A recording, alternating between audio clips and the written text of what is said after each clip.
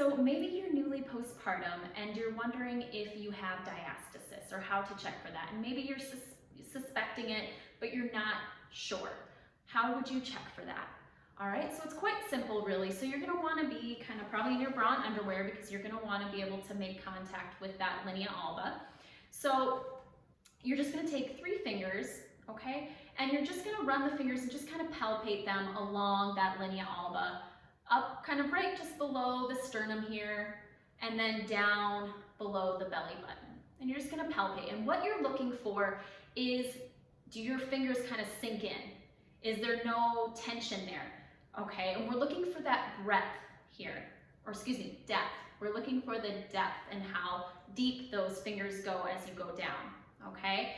And you might notice, and for most women, up at the top is usually not as affected by the diastasis. So here's usually you get that little bit of spring, that bounciness, that's what we're looking for. If you, as you move down, you start to notice those fingers don't really kind of bounce back, you don't get that springiness, there's a chance then you probably have a bit of diastasis. And for some women, it might be above the belly button here, kind of more midline. And for some, it'll be lower and below the belly button. Okay, so sometimes it hits women differently. So you're just gonna kind of, again, up and down and pay attention to if you get that, you don't get that snap back.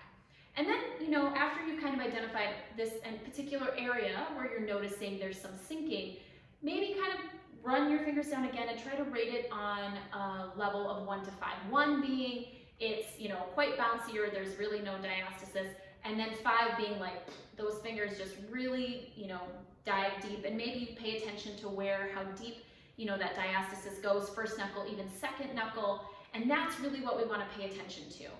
You can also measure the breadth, so the width, and the width is, you know, important and we're paying attention to that, but the depth is kind of what we're really wanting to pay attention to.